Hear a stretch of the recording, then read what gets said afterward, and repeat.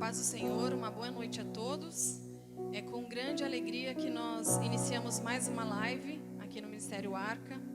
E hoje com a oportunidade de mais uma vez aprendermos um pouco da palavra do Senhor, mais um pouco da palavra do Senhor. Oremos. Pai, nós te damos graças, Senhor. Entramos na tua presença neste momento, Senhor, com o desejo de engrandecer o teu nome. E nós já entramos agradecidos, Pai, por essa oportunidade. Obrigada, Senhor, porque mais uma vez temos a oportunidade de estarmos reunidos em teu nome, para engrandecer a ti, para louvar, Senhor, para entoarmos louvores de adoração a ti. Esteja conosco, Senhor, visita os nossos corações e as nossas vidas, e que nessa noite, Pai, o nosso entendimento esteja, Senhor, voltado à tua palavra, que nós possamos nos concentrar naquilo que nos for ministrado, Senhor, nessa noite, para a honra e glória do teu nome, e para que nós possamos levar para as nossas vidas aquilo que nós aprendermos nessa noite contigo, Pai. Fica conosco, Senhor, fica conosco, papai, é o que eu te peço, amém. E a graça do Senhor, ela abre caminho para um relacionamento especial com Deus. A graça de Deus, ela justifica o injustificável. Ela perdoa o imperdoável. Dá vida ao moribundo. Salva aquele que se encontra perdido. Jesus é a graça de Deus. Obrigada, Senhor, por essa graça que nos alcançou. Obrigada por essa graça que nos alcança, Senhor, todos os dias da nossa vida. Aleluia.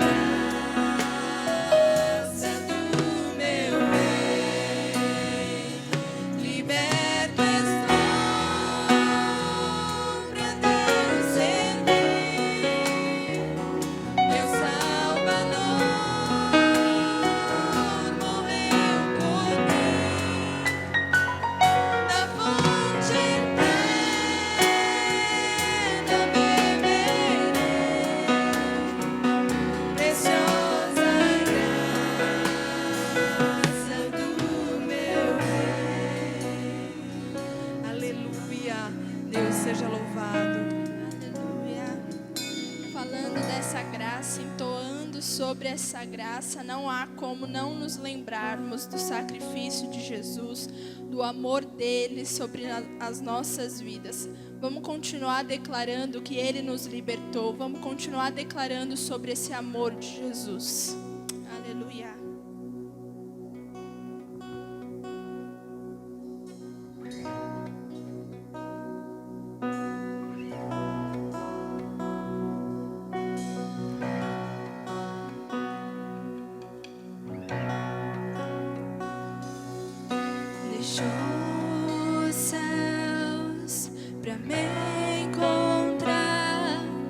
Aqui não é o céu.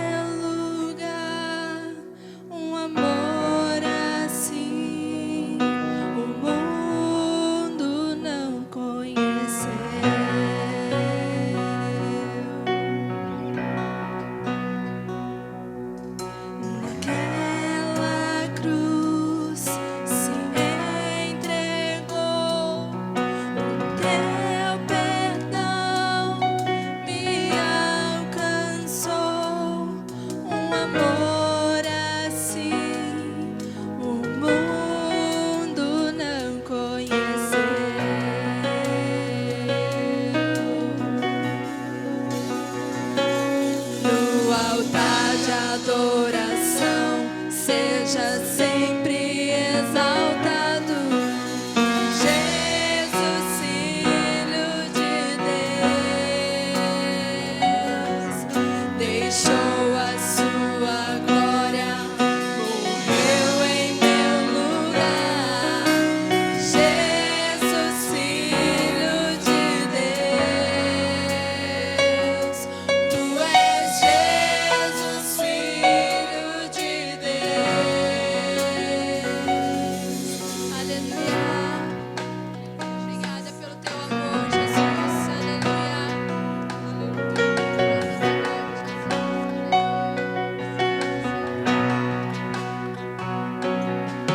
Levou sobre si pecado e dor, venceu a morte e ressuscitou.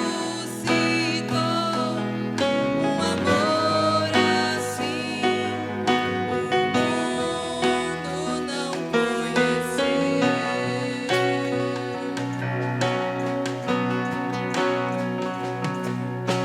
Levou sobre si pecado e dor, venceu a morte, ressuscitou.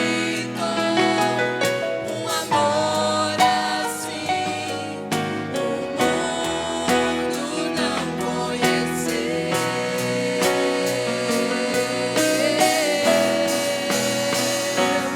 No altar de adoração seja sempre exaltado. Jesus, Filho de Deus, deixou a sua glória, morreu em meu lugar. Jesus, Filho de Deus, tu és Jesus, Filho de Deus, seja exaltado, engrandecido. Seu nome é santo, poderoso é, e não há nada que apague o seu amor. Jesus me libertou, Jesus me libertou. Seja exaltado, engrandecido. Seu nome é santo, poderoso é, e não há nada que apague o seu amor. Jesus me libertou, Jesus me libertou, Jesus me libertou, Jesus me libertou. Aleluia, aleluia. Tu és exaltado, Jesus.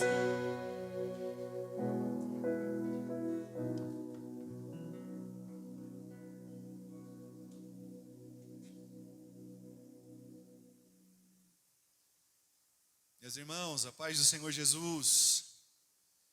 É precioso o momento que nós estamos aqui reunidos para recebermos da graça do Senhor, desse amor do Senhor, dessa palavra do Senhor que é poderosa, que transforma a gente de dentro para fora, que nos mostra este amor que Cristo sente pela sua igreja. Nós estamos muito felizes por estar aqui nesse dia, nesta terça-feira, para cultuarmos ao Senhor. E nós estamos estudando a carta aos Romanos, carta aos Romanos, capítulo 3, do versículo de número 27 ao versículo de número 31. Nós vamos ouvir a leitura dessa passagem hoje. Você que está em casa, pegue a sua Bíblia, pegue o seu caderno de anotação. Vamos fazer uso da palavra de Deus nesse momento. Romanos capítulo 3, do versículo 27 ao versículo de número 31. Enquanto você se acomoda, chame a família, desliga aquilo que vai roubar a sua atenção. Culto da construção, a celebração que oferecemos ao Senhor num dia como esse, precisa ser com inteireza. A gente precisa estar completamente concentrado para entender o que Deus tem para nós. E se a gente deixar perder o foco da mensagem, daí é difícil a gente voltar ao enredo, ao que é o tema de hoje que nós vamos comunicar. Então, se você está aí, já preparado com a sua Bíblia e o caderno de anotação, preste atenção nessa leitura que vou compartilhar com vocês aqui, na Bíblia Mensagem, na linguagem contemporânea. Diz assim: portanto, como fica o orgulho judeu com seus supostos direitos anulados? Sim, anulado. O que aprendemos é o seguinte: Deus não reage ao que nós fazemos. Nós é que reagimos ao que Deus faz. Finalmente, conseguimos entender. Nossa vida se acerta com Deus e com os demais quando o deixamos de acertar a situação, não quando tentamos fazer tudo sozinho, com orgulho e ansiedade. E como fica a orgulhosa alegação judaica de termos o monopólio de Deus? Anulada também. Deus é o Deus do judeu e de quem não é judeu. Como poderia ser diferente se há apenas um Deus? Deus resolve a situação de todos que aceita o que Ele fez e disso participam. Tanto os que seguem nosso sistema religioso, quanto os que nunca ouviram falar da nossa religião. Mas, ao mudar nosso foco do que nós fazemos para o que Deus faz, não anulamos a rigorosa guarda das regras e leis que Deus estabeleceu? De modo algum. Quando adotamos o estilo de vida condizente com essa reconciliação, nós as confirmamos. Esse é o texto que nós lemos aqui na Bíblia, a mensagem, a linguagem contemporânea. E nós vamos hoje falar de alguns assuntos. Nós hoje vamos falar de alguns assuntos diferentes da semana passada. Semana passada nós falamos de justificação, justiça. Na semana passada nós falamos de justificação, justiça, propiciação, expiação. Mas hoje nós vamos falar de vaidade ou vanglória. Hoje nós vamos falar de lei, para a gente encerrar o projeto do capítulo 3, ok? Bom, para quem está acompanhando o estudo no livro, nós estamos hoje na página 95 e vamos seguir com esse contexto. Diz assim, versículo 27, por gentileza. Romanos capítulo 3, versículo 27. Onde está então o motivo de vanglória? É excluído. Paulo nos apresentou uma explicação fascinante do Evangelho que nós vimos no capítulo 3, a partir do versículo 21, certo? Agora, que lição nós tiramos dessa passagem? Essa pergunta: onde está o motivo da nossa vanglória? E ele é categórico em responder, ainda no capítulo de número 3 e no versículo de número 27. É excluída. Primeiro vamos entender o que é vanglória. O que é vanglória? Vanglória é quando a gente reivindica o nosso merecimento através dos nossos próprios atos, através da nossa própria moralidade, através de uma ética muito ilibada. A gente reivindica então que nós somos merecedores e nós merecemos elogios, nós merecemos a salvação, nós merecemos muitas coisas por causa daquilo que nós somos ou que entendemos ser. Paulo está dizendo que o motivo de vanglória agora, para a salvação, é completamente excluído. A palavra vanglória, ela vem de campos de batalha. E a gente pode entender vanglória na condição de um soldado, que quando olha para o seu oponente, ele diz assim: ele não é páreo para mim. Que quando olha para o seu adversário, ele se enaltece dizendo: não há as mesmas possibilidades, não tem o mesmo poder bélico, não tem a minha agilidade. E a pessoa começa a se vangloriar, dizendo em seu coração e gritando até mesmo para o seu oponente: somos maiores, somos mais fortes. E assim temem a colocar no coração dos seus oponentes certo tipo de resistência ou qualquer teor de medo. Esse é o entendimento de vanglória? Para nós entendermos a vanglória na Bíblia, vamos para o primeiro livro de Samuel, capítulo 17, do versículo 8 ao versículo 11, e nós vamos ver um homem que agiu com vanglória diante do seu oponente. Olha o que diz a Bíblia. Golias parou e gritou às tropas de Israel: por que vocês estão se posicionando para a batalha? Não sou eu um filisteu e vocês os servos de Saul? Escolha um homem para lutar comigo. Se ele puder lutar e matar-me, nós seremos seus escravos. Todavia, se eu o vencer e o matar, vocês serão nossos escravos e nos servirão. E acrescentou: eu desafio hoje as tropas de Israel. Mandem-me um homem para lutar sozinho comigo. Versículo 11. Ao ouvirem as palavras do filisteu, Saul e todos os israelitas ficaram atônitos e apavorados, porque ele cantava vanglória. Ele dizia quem ele era e o que ele podia. Aquilo que nós nos vangloriamos, é o que nos dá confiança para a gente seguir o dia a dia. Parei para pensar. Quando você acorda, quando nós acordamos para ir para a batalha, para ir para o nosso dia, aonde nós estamos depositando a nossa confiança? Qual é a base da nossa confiança para a peleja no dia? É aquilo que nós dizemos em nós mesmos. Porque eu sou, ou porque eu tenho tal coisa, neste dia, todas as coisas que vierem à mão não serão palho para mim. Ou então a gente pode dizer assim: posso vencer o que vier contra mim, porque eu sou assim, porque eu sou deste tipo. Aquilo que você ou que eu, basicamente nos gloriamos, é o que nos define. E onde nós extraímos essa identidade e essa autoestima? Na nossa própria força, na nossa própria capacidade, ou em Deus, através de Cristo? Por que a gente precisa fazer essa pergunta? Porque no Evangelho não há motivo para vanglória. O Evangelho expõe a gente de fato quem nós somos, revela quem nós somos. Um excelente modelo para a gente aprender um pouco mais sobre vanglória, além de Golias, que nós já citamos aqui, é observar a experiência do próprio apóstolo Paulo. Vamos ver o que ele escreve para a igreja de Filipenses, no capítulo 3, do versículo 5 ao versículo 11. Como é que Paulo se posicionou ao dizer a nós sobre vanglória? Vamos ler. Circuncidado no 8º dia de vida, pertencente ao povo de Israel, à tribo de Benjamim, verdadeiro hebreu, quanto à lei, fariseu, quanto ao zelo, perseguidor da igreja, quanto à justiça que há na lei, irrepreensível. Mas o que para mim era lucro, passei a considerar perda por causa de Cristo.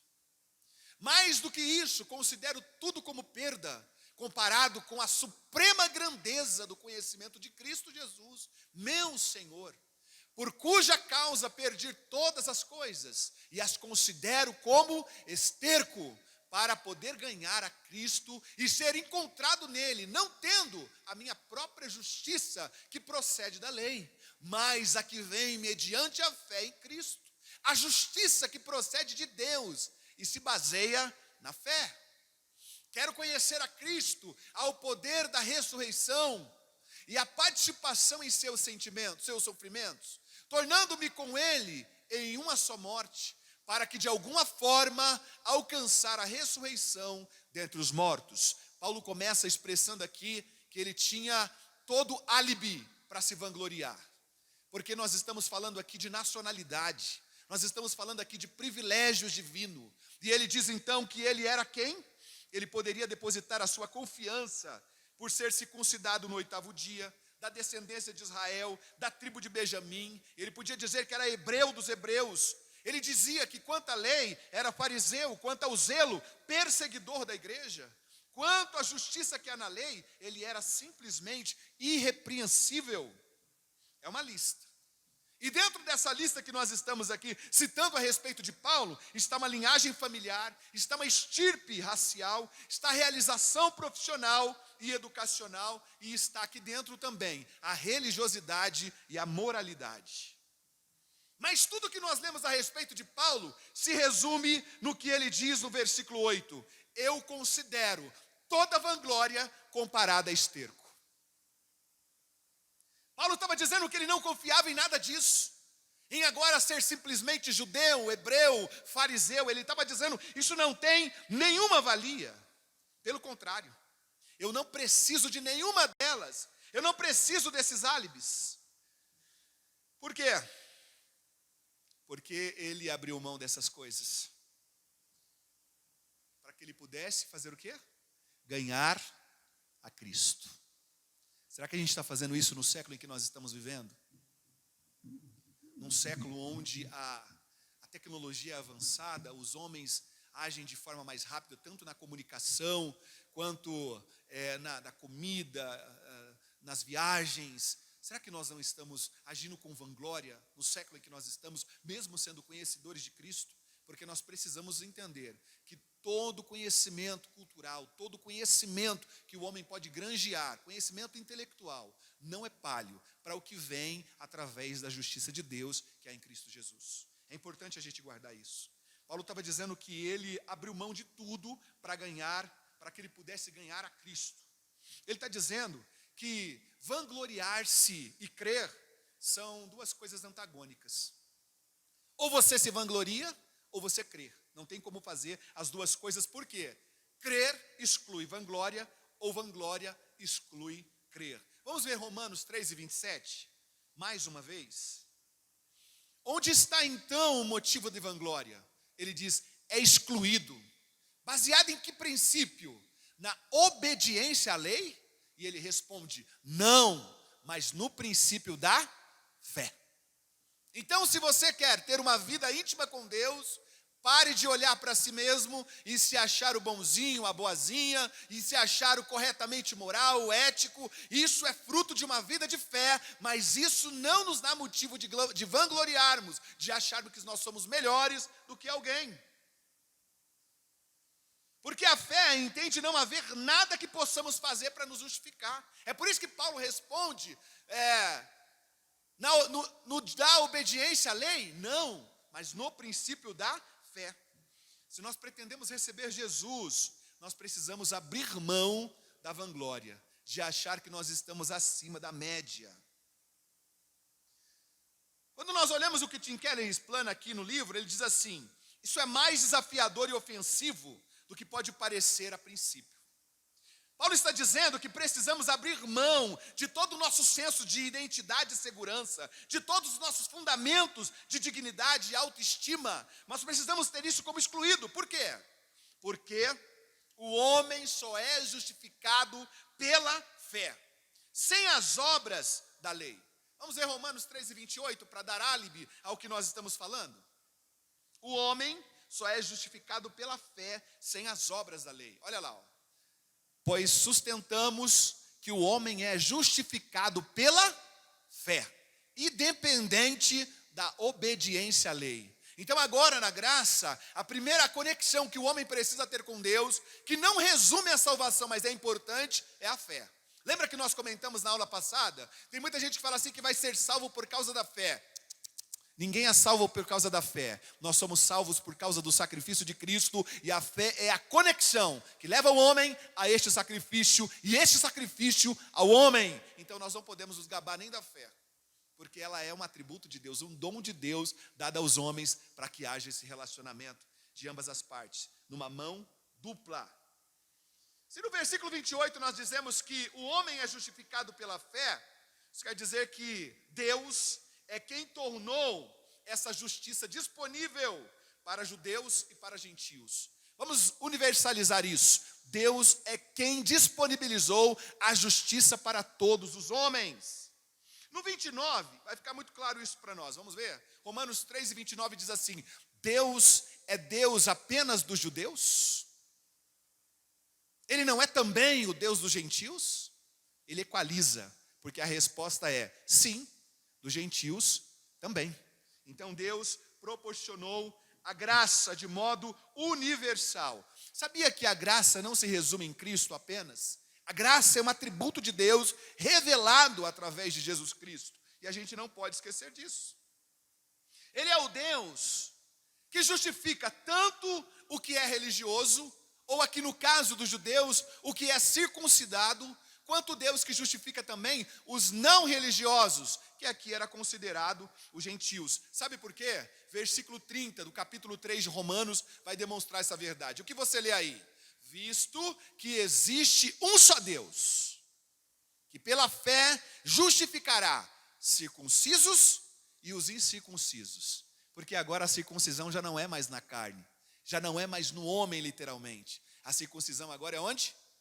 No coração. Feita por quem? Pelo Espírito Santo.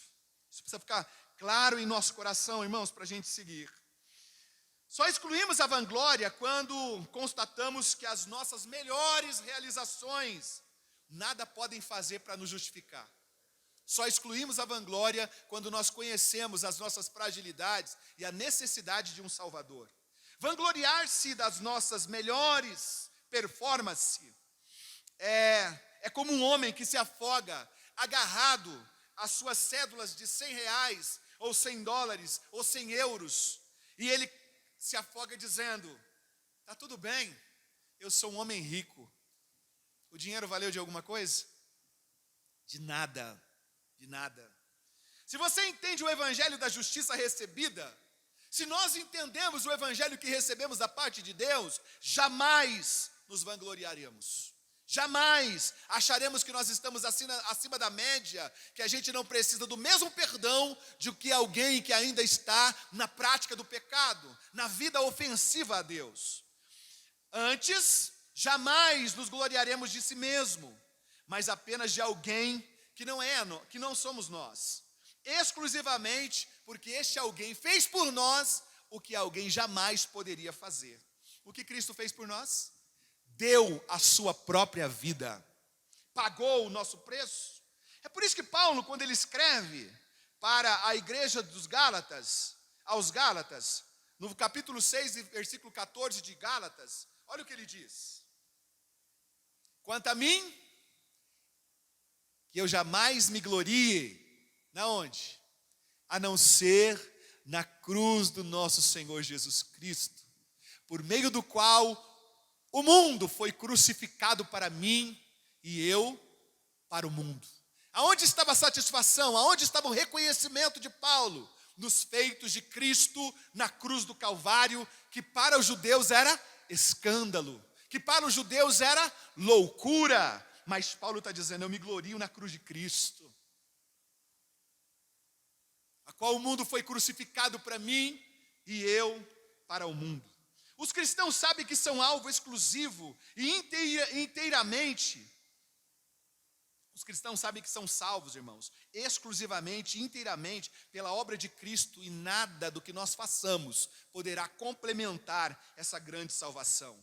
Não tomem para si nenhum crédito pela posição que se ocupa diante de Deus, nem pelas bênçãos dele recebido, porque tem gente que acha que recebe algum benefício de Deus por fazer alguma coisa para Deus. Irmãos, tudo que recebemos de Deus é por causa do nosso elo de dependência, é por causa de um coração puro que coloca-se diante do Senhor, não buscando as suas mãos, mas buscando a sua face, uma intimidade com Deus, um relacionamento firmado com Deus. A vanglória dos cristãos é transferida deles para o seu Salvador, porque todo mundo sempre se gloriará, sempre olhará para a sua confiança e esperança, que é o objeto da sua própria fé. Se o cristão acredita que em Cristo está a causa da sua alegria, que em Cristo está o mérito dele ser aceito por Deus, então ele não se vangloria mais, mas ele glorifica ao Senhor por ter feito esse acesso, por ter aberto esse novo e vivo caminho que o leva à presença de Deus. Se você sabe que é salvo só pela obra de Cristo, ou se nós sabemos, não tem mais essa questão de autoconfiança. Vê como que confronta os valores do mundo? Porque o valor do mundo diz assim: você tem que ter autoconfiança. E a nossa confiança agora já não está mais nos valores do mundo. A nossa confiança agora está em Cristo. Porque se vivo, vivo em Cristo. Se morro, morro em Cristo. Então quer vivamos, quer morramos, estamos nele plantado. Então não há mais motivo para nós nos gloriarmos. Essa confiança precisa estar em Cristo e na sua morte. A gente encerra o nosso dia, irmãos, mesmo que seja o último dia da vida, dizendo ao mundo com letras garrafais: tenho Cristo. Ainda que seja o último dia de vida. E nessa semana agora nós perdemos J.I. Packer, um homem reformador que escreveu livros essenciais para cristãos que querem viver uma vida de santidade e piedade. Há pouco tempo atrás, perdemos Russell Shedd. Perdemos para essa vida literal, porque eles já dormem no Senhor, aguardando o grande dia. Mas foram homens que encerraram a sua carreira, muito parecido com Paulo, sabendo que a vida não termina ao tombar o corpo, porque é uma dependência, é uma ligação com Jesus. Será que nós, ao enfrentarmos a morte, também diríamos: não estou perdendo, estou ganhando, porque eu tenho a Cristo? Aleluia! A morte pode significar aos olhos daqueles que ainda não conhecem essa justiça o pior mal. A morte pode significar a tragédia. Tem gente que nem gosta de falar de morte, mas quando falamos de morte, por quê? Porque é necessário que o homem esteja em Cristo para viver. Nós não tememos mais a morte. Nós vamos sempre dizer: o mundo pode me tirar muitos privilégios, mas o mundo não é capaz de me tirar o que eu tenho de mais precioso. Eu tenho a Cristo. Amém? Você pode dizer aí no seu lar também: eu tenho a Cristo. Deixa eu te dizer que a vanglória, ela provoca alguns males em nós. Essa transferência de vanglórias, as obras para Cristo, nos transforma por completo. Mas se nós não transferimos essa glória a Cristo, ela pode, se ela for mal direcionada, ela vai ter um resultado danoso na sociedade e no próprio indivíduo. Primeira coisa que a vanglória pode trazer é as divisões humanas. Guarde isso. A vanglória pode trazer divisões humanas. Vamos usar aqui o orgulho da raça. Nós há poucos dias falamos sobre George Floyd, né? Um americano que perdeu a sua vida por causa do racismo. Quando nós falamos de divisões humanas, as pessoas elas agora se dividem em grupos, em raças, em status social, em realizações que vão fomentar o preconceito, o sentimento de superioridade, ou até mesmo a hostilidade. É isso que a vanglória provoca. Eu sou judeu, eu sou oriental, eu sou ocidental. Esse tipo de comparação exerce nos seres humanos o senso de superioridade. E dentro dessa superioridade vai surgir atitudes hostis. Para termos confiança, nós precisamos enxergar a nós mesmos. Para ter confiança quando a vanglória é o carro-chefe, é o que norteia a nossa vida, nós precisamos enxergar os outros inferiores a nós, para nós nos sentirmos superiores. Vê o prejuízo da vanglória? Ele fomenta o preconceito, a divisão das raças. Ele faz que o ser humano tenha um sentimento de superioridade em relação a outras classes e às outras pessoas. A segunda coisa, o segundo prejuízo de um coração que se vangloria é a negação. A negação é o segundo mal que a vanglória provoca. Por quê? Porque a nossa confiança vai vir da nossa raça. Eu sou branco, eu sou pardo, eu sou negro. E aí a gente começa nessa guerra de raça, nessa guerra de etnia. Se essa é o nosso padrão de vanglória, nós vamos ter que fechar os olhos para os males que o nosso povo pratica. Tudo que o nosso povo pratica em nome da raça, sejam bons atos ou sejam atos maus, nós precisamos fechar os olhos para aquilo que é mau. Por quê? Porque senão perderemos a vanglória, perderemos a reivindicação que nós somos melhores do que os outros. E aí isso vai levar a gente, mais uma vez, ao racismo e ao elitismo. Se a nossa vanglória está relacionada às nossas conquistas morais, às nossas conquistas éticas, teremos que fechar os olhos para o nosso próprio pecado. E qual é o maior pecado que o homem tem dentro de si mesmo, além do orgulho? O egoísmo. Você já encontrou alguém que é altruísta, que não é egoísta? Encontramos poucas pessoas, pode-se contar a quantidade de gente que olha mais para fora do que para dentro. Geralmente, mesmo cristãos, a gente está muito mais pensando no nosso bem-estar do que o bem-estar coletivo. Infelizmente, precisamos ser tratados diante de uma mensagem, de uma palavra como essa, para que os nossos olhos se abrem, para que a gente volte para dentro e entenda que nós não estamos ainda acima da média, porque estando em Cristo, nós conseguimos desenvolver uma excelente espiritualidade, mas estando confiando nas nossas obras, elas ainda levarão a gente para um caminho de egoísmo. Isso nos torna tremendamente sensíveis, quando nós somos egoístas e confiamos na nossa moralidade. Qualquer crítica em relação ao nosso caráter, em relação à nossa religião, à nossa moral, vai fazer com que a gente fique extremamente abatido. Por quê? Porque mexeram no algo que era a nossa pureza, mexeram na única força que nós tínhamos, que era a força moral. E deixa eu te dizer uma coisa, se é isso que defendemos, se perdermos, perdemos tudo. Se alguém tocar na nossa moral, quando ela é o motivo da nossa vanglória, acabou para nós. Ficaremos arruinados, frustrados, porque a nossa vanglória era a nossa moralidade. Se a nossa confiança, se a nossa vanglória vier de alguém que caminha com a gente, seja pais, seja filhos, seja cônjuge, deixa eu te dizer uma coisa, nós teremos que fechar os olhos para os pecados do nosso ente querido. Teremos que fechar os olhos para quaisquer problemas que tenhamos no nosso relacionamento. Sabe por quê? Porque seremos incapazes de demonstrar disciplinas para eles. Nós agiremos com ele como um amor que não disciplina quando necessário.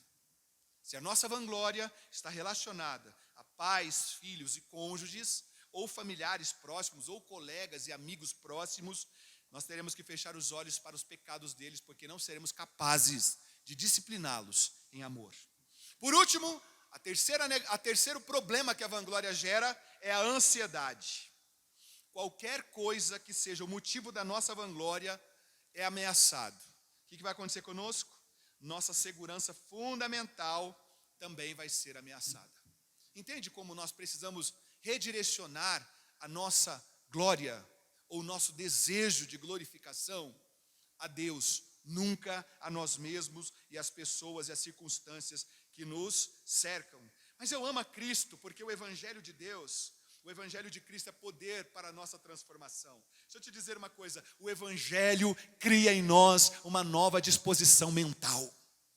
Todas as vezes que você está aberto ao Evangelho, todas as vezes que você vem para o Evangelho e deixa de lado as opiniões, os contrassensos, você está aberto a ser transformado na mente. E a transformação da mente vai reverberar em ações que estão intimamente ligadas às ações de Cristo. Em posições que estão intimamente ligadas às posições que Cristo sempre defendeu. E essa é a atitude de todo cristão. A primeira coisa que vai acontecer com a nossa mente vai experimentar uma profunda satisfação com a doutrina da justificação. Eu amei passar por essa passagem, pastor Isaías, porque quando a gente estuda a doutrina da justificação, nós não vamos ficar mais numa corda bamba, Eunice. Nós não vamos ficar mais flutuando em crer e não crer, em aceitar e não aceitar. Nós teremos uma fé saudável. Porque entendemos que não é mais os nossos méritos, as nossas obras, as nossas atitudes que nos levam a encontrar em Deus algum motivo para Ele olhar para nós e nos perdoar. É o ato de crer nele por causa do Evangelho é que agora vai nos dar em Cristo o direito de ser chamado filho de Deus. Somos justificados. Quando nós entendemos como isso funciona, a gente fica extasiado, assombrado. A gente vai dizer assim, Ele me aceita, porque Jesus pagou todas as minhas falhas. A gente sente vontade de glorificar a Deus. Eu sinto vontade de dizer, Deus, glória ao Teu nome por isso. Eu jamais conseguiria alcançar qualquer padrão de aceitação. A gente nunca se cansa de pensar nesse assunto. A gente pensa em Cristo todos os dias, o que o Senhor fez por mim.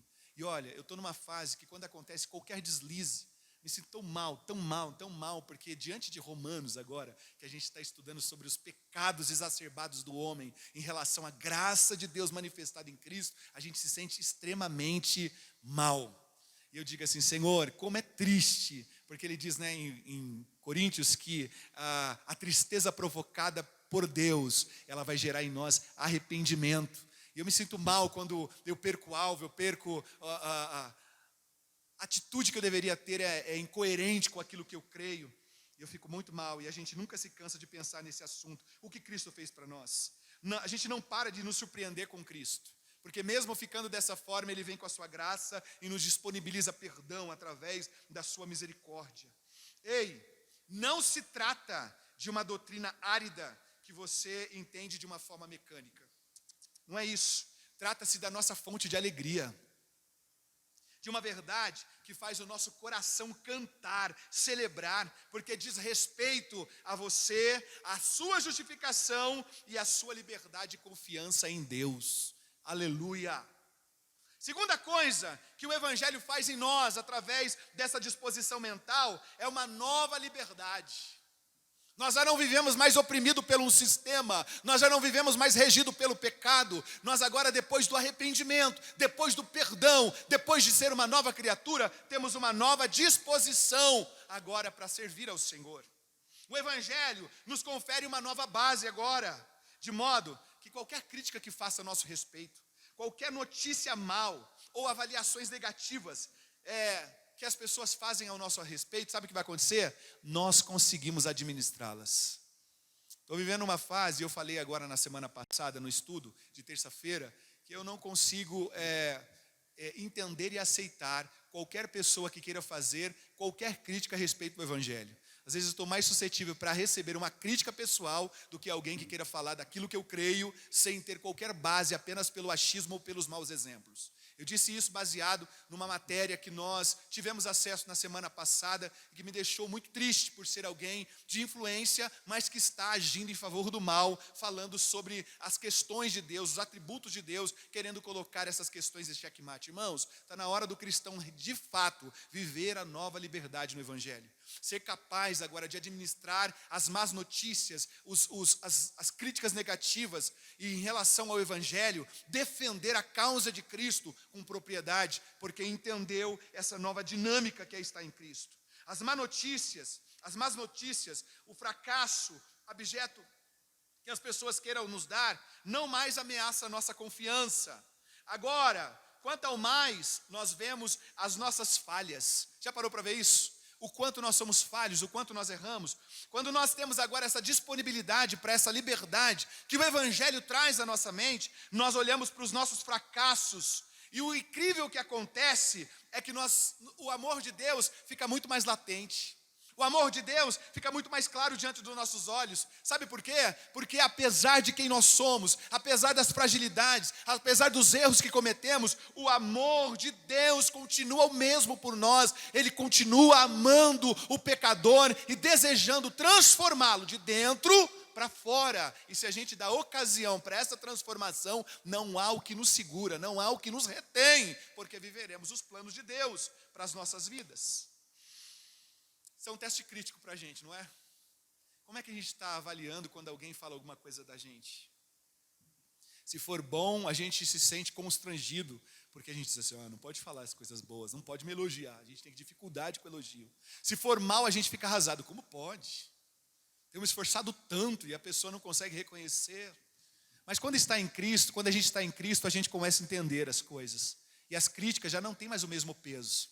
As críticas, elas servem para que a gente olhe para Cristo, olhe para nós e avalie. Estou sendo parecido com Cristo? Porque críticas virão. Quanto mais o cristão buscar viver os princípios da palavra de Deus, quanto mais o que norteia a nossa vida for a verdade, as trevas rugirão. Quanto mais vivermos na luz, na palavra de Deus, mais o mundo vai nos odiar. Cristo falou, se eles odiaram a mim, também vai odiar aqueles que me servem, aqueles que me seguem. E se nós somos um exemplo de Cristo, se nós somos de fato cristãos, o mundo também nos odiará pelos valores que nós prezamos, pelos valores que nós preservamos, pelo mandamento que nós obedecemos, que é o mandamento de Deus.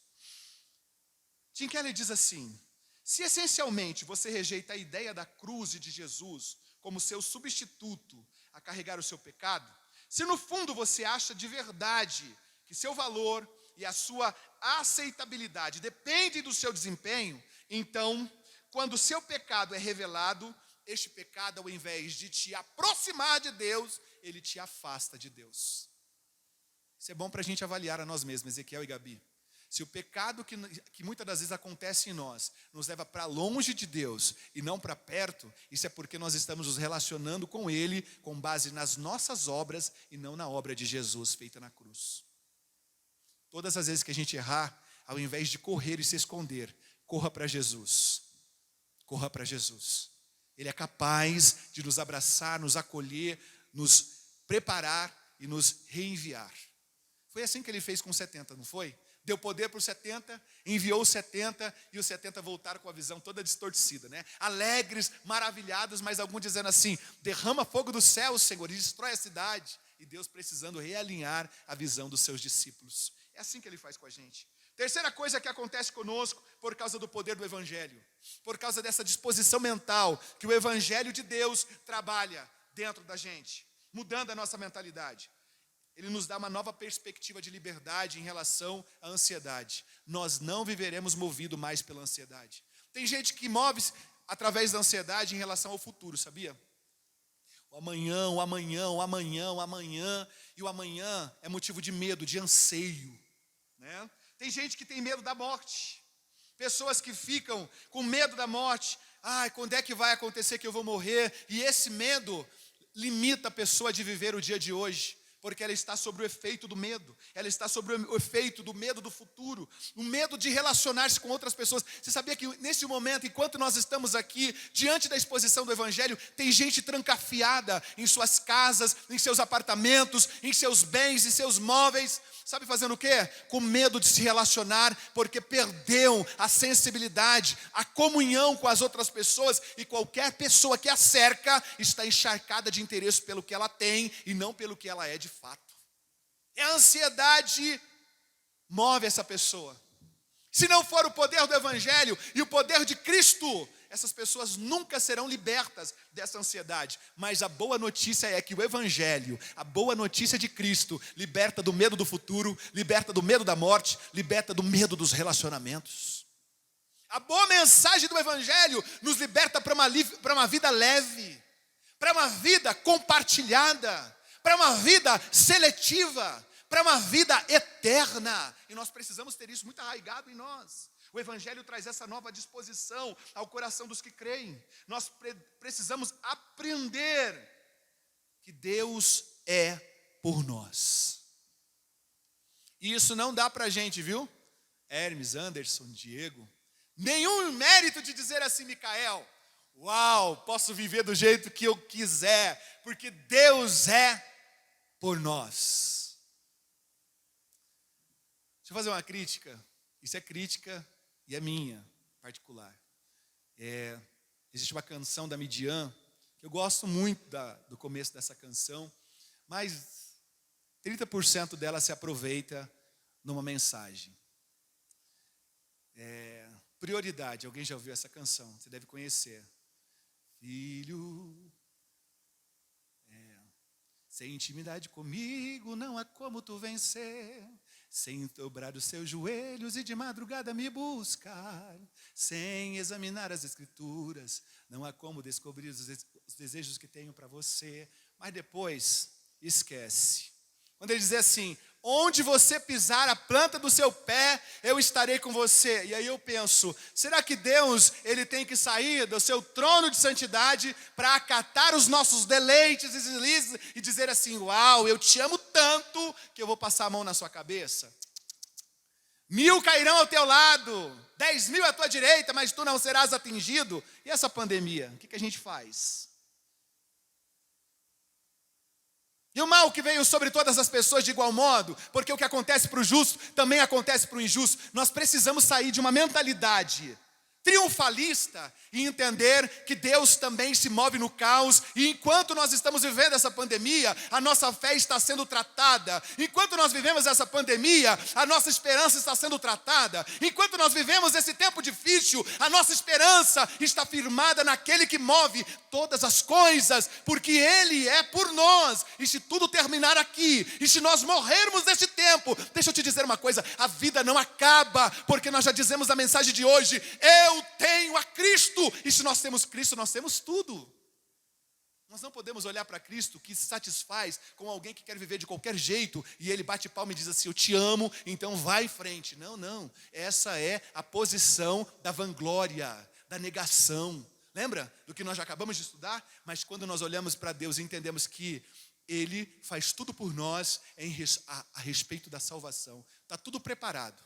Tudo. E a palavra vem para nos levar a essa conexão. E se a gente recebe a palavra, nós somos motivados a viver esse tempo com Deus. Vamos ler Romanos 8:32. Romanos 8:32. Olha o que diz. Aquele que não poupou o seu próprio filho, mas o entregou por todos nós, como não nos dará juntamente com ele e de graça todas as coisas? E a gente gosta desse versículo para triunfar, né? Adélia. Ele deu o seu filho, então tudo é meu. Deixa eu dizer uma coisa, quando está dizendo aqui, ó, Ele nos dá de graça todas as coisas, olhe para as coisas que Cristo nos dá. Direito à vida eterna, salvação neste século e no vindouro, companhia para a eternidade, nova vida, companhia para essa vida, porque o Espírito Santo passa a morar numa casa que foi comprada por Cristo. Tudo está relacionado com Ele e não o que a gente deseja. Todas as vezes que a gente planeja nessa dimensão e depois convida Deus para fazer, deixa eu te dizer uma coisa, nós estamos mal direcionados em relação ao Evangelho. Porque o Evangelho vem dele para nortear a nossa visão, para nortear os nossos desejos, nossos anseios em relação ao que Ele já planejou para nós. E quando a gente aceita essa vida que Deus planejou para nós, deixa eu te dizer, você não vai ser triste. Você não vai ser frustrado, porque os planos de Deus são perfeitos. Quando você aceita a nova vida que Ele te dá, haverá plena satisfação. É aí que as pessoas não compreendem, porque a gente consegue amar aquele que não é acessível para amar. A gente consegue perdoar erros que muitas pessoas diziam, você é bobo, não deveria perdoar. E a gente consegue olhar para Cristo, olhar para o outro e dizer, eu te perdoo. Nós conseguimos nos relacionar com pessoas que estavam à margem da sociedade. Por quê? Porque a graça transforma a nossa maneira de viver. Nós entendemos que Deus deu o seu Filho, e com a entrega do seu Filho a nós de graça, Ele também nos dá todas as coisas, toda a capacidade de viver uma vida em conformidade com o reino de Deus. Não fique fora do reino, entre para dentro do reino. A gente pode dizer nessa caminhada, se nós depositamos os nossos piores temores nas mãos dEle, é lá o lugar que a gente deve deixar os nossos temores. Se a gente enfrenta qualquer dificuldade, se nós passarmos por qualquer tipo de batalha nos dias que nós estamos enfrentando, nós vamos dizer, Ele é por nós, Ele é por mim, então eu posso encarar até a morte. Sei que o futuro está nas suas mãos. Ele não se daria o trabalho, ou Ele não se daria todo este trabalho, para não me conceder o que realmente eu preciso. E eu vou te dizer uma coisa, faz uma reflexão aí hoje. O que você precisa? A resposta vai definir aonde estão os teus olhos. Do que você precisa? Se a gente conseguir viver isso, sabe o que vai acontecer? Nós vamos encerrar a nossa vida como está em Lucas, capítulo 23 e 24. Jesus bradou em alta voz, Pai, nas tuas mãos eu entrego o meu espírito. E tendo dito isso, ele expirou. Por quê? Porque uma vida que vive os projetos de Deus, os planos de Deus, até ao se encerrar nessa dimensão, nessa literalidade, o fim é para a glória dele. Pai, nas tuas mãos eu entrego o meu espírito. Vamos terminar? A lei hoje não é nada, porque a gente vai terminar o versículo 31 com a explanação agora, né? Romanos 8:21 diz o seguinte. Romanos 8:21 diz o seguinte. Nós precisamos guardar o seguinte. A lei não pode nos salvar. A lei não pode nos salvar. Não nos dá nenhuma base para que a gente venha se vangloriar. Não nos dá nenhuma base para que a nossa autoestima seja trabalhada ou que haja confiança segura como os judeus trabalhavam nesse contexto. Vamos ver o que Paulo diz aos irmãos de Roma e a nós, em Romanos 2:21, ou 3:21, perdão, 3:21. Mas agora se manifestou uma justiça que provém de Deus. Independente da lei, da qual testemunham a lei e os profetas. Vamos para o versículo 31 agora, Romanos 3:31. Porque a Bíblia de maneira nenhuma se contrapõe. Na Bíblia não há palavras exequíveis. Olha o que está em 3:31. Anulamos então a lei pela fé? Anulamos a lei pela fé? De maneira nenhuma. Pelo contrário, confirmamos a lei. Essa resposta, com certeza a resposta parece ser um sim quando a gente pergunta assim: anulamos então a lei pela fé? Não parece um sim? Parece. Porque a gente está dizendo assim, bom, se a lei não salva, se é a fé, então a fé anula a lei. Mas não é isso. Só o que importa agora é receber pela fé a justiça oferecida pela cruz. Mas Paulo responde, já no versículo 31, de maneira nenhuma, pelo contrário, confirmamos a lei através da fé. E acrescenta aqui, longe de tornar nula e vazia a lei, nós a confirmamos. Ele está dizendo que o crente no Evangelho, salvo sem a lei, compreende e ama a lei, mas do que alguém que está buscando ser salvo por ela. Se nós de fato fomos justificados por Cristo, isso quer dizer que não é mais com base na lei que eu chego ao Senhor dizendo, olha, eu sou o cumpridor da lei. Lembra do jovem rico? Eu já citei ele em outro momento e vou citar de novo. Bom mestre, o que farei para herdar a vida eterna? Cumpre os mandamentos? Vou entrar no céu. Faço tudo. Então vai, vende os seus bens, dê aos pobres e vem e siga-me. Ele voltou? Ele foi embora. Porque não é apenas a lei que vai nos justificar diante do Senhor. Não é. Nós precisamos da graça, do sacrifício perfeito de Cristo. Mas como pode ser isso? Como pode ser isso? Embora a observância da lei como meio de salvação seja um ato nulo e vazio, a lei não foi posta de lado, nem as suas exigências foram afetadas. O que o Senhor ordenou ao povo de Israel, aos hebreus que saíram do Egito, quando entraram no deserto, é as mesmas normas que regem a nossa vida. Só há uma diferença agora. Nós não precisamos fazer para ser aceito. Nós fazemos porque Cristo cumpriu a lei. E quando Deus olha para nós, Ele vê capacidade nos seus filhos em viver a lei por causa de Cristo. Porque se nós errarmos em um ponto da lei, nós não seremos levados ao tribunal, porque Cristo já cumpriu a lei por completo e nos dará graça para entender qual deve ser o padrão do cristão. A lei de Deus ainda está lá e ainda deve ser guardada. E eu vou dizer uma coisa, se a gente for tentar ver por lei, ficou mais ainda acirrado do que era antes. Porque se antes era matar literalmente o seu próximo, agora é odiar o seu próximo, já é um homicida. Se antes era cobiçar do próximo, agora é pensar, você já cobiçou. Então ela tornou-se mais rígida. Ela deve ser obedecida por qualquer um que compareça na presença de Deus. O Evangelho não declara que a lei não importa mais, e sim que ela importa muito, e que isso fique gravado em nós, cravado no nosso coração. A lei deve ser cumprida, e para aqueles que têm fé em Cristo, ela foi cumprida. A fim de fazer o sacrifício de reconciliação que nós estudamos na semana passada, do Antigo Testamento, que era um vislumbre da morte de Cristo, que nós vamos ver em Levítico, capítulo 4, era utilizado animais, e os animais precisavam ser como? Perfeito. Cristo foi o sacrifício perfeito. Depois eu quero citar para você, vamos ler algumas passagens, e eu queria a última para que você buscasse.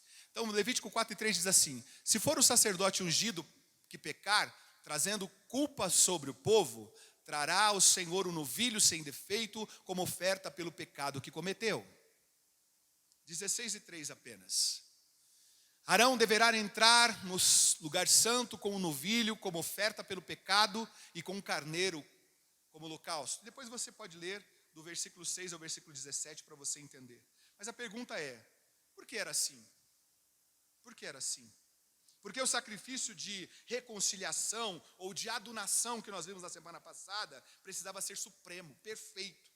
Cristo não só tomou sobre si o pecado do seu povo, como também lhe imputou a obediência à lei, a sua justiça.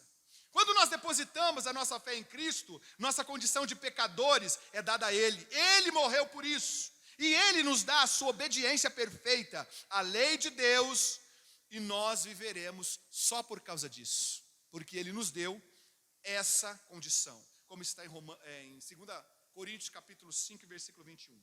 Vamos ver? 2 Coríntios capítulo 5 e 21 diz assim: Deus tornou pecado por nós aquele que não tinha pecado, para que nele nós tornássemos justiça de Deus. Ele fez por nós. Bom, estamos terminando e eu queria só falar uma coisa para nós aqui, terminar esse assunto.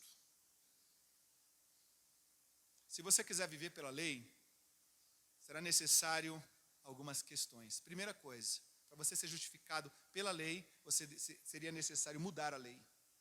E dá para mudar a lei?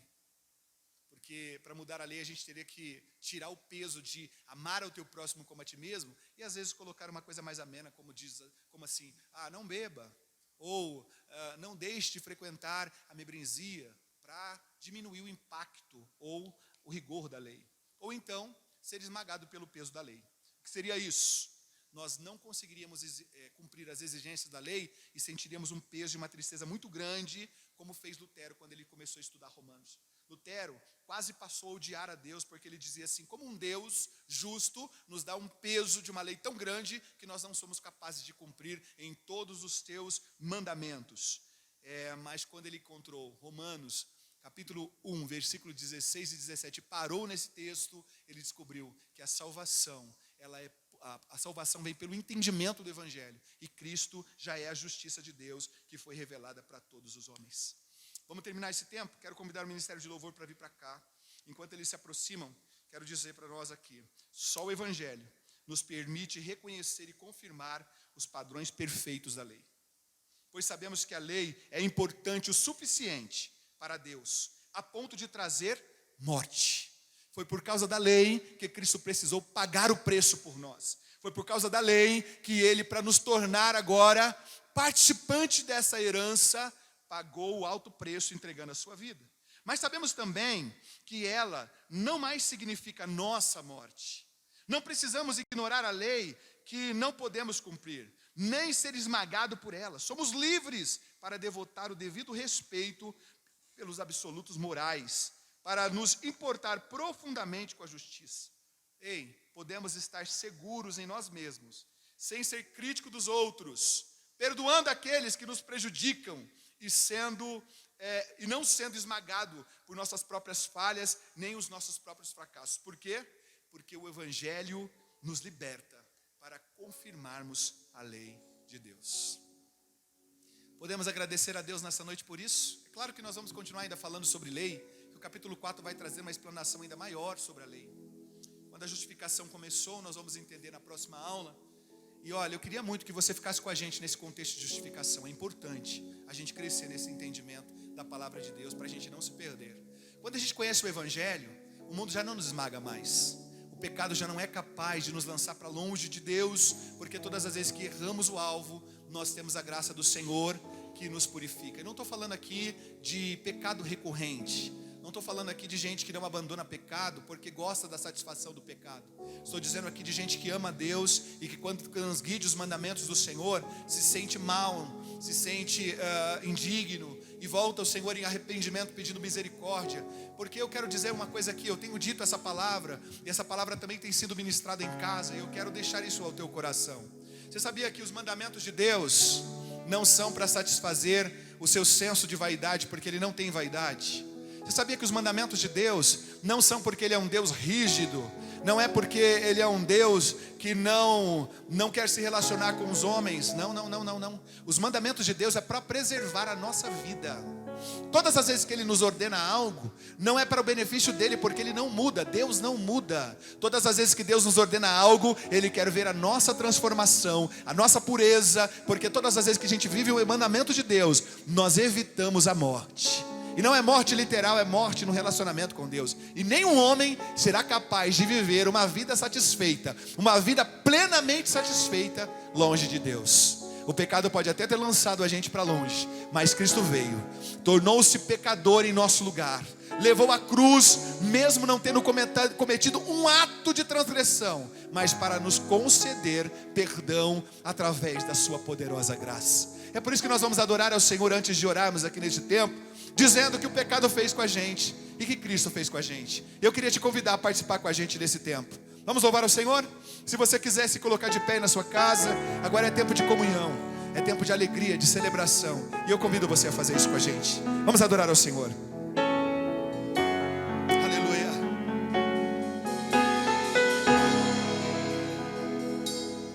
Meu orgulho me tirou do jardim, a humildade colocou jardim em mim. Preste atenção. E se eu vender tudo que tenho em troca do amor, eu falharia.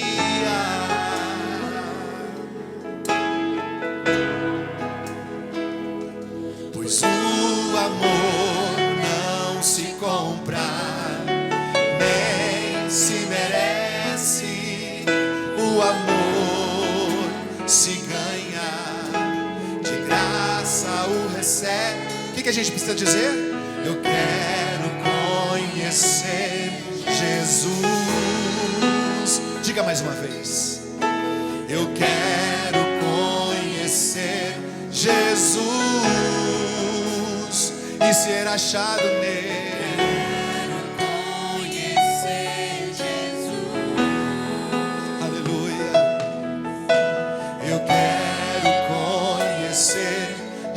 Jesus, o meu amado é o mais belo entre, diga ele, milhares e milhares. O meu amado é o mais belo entre milhares.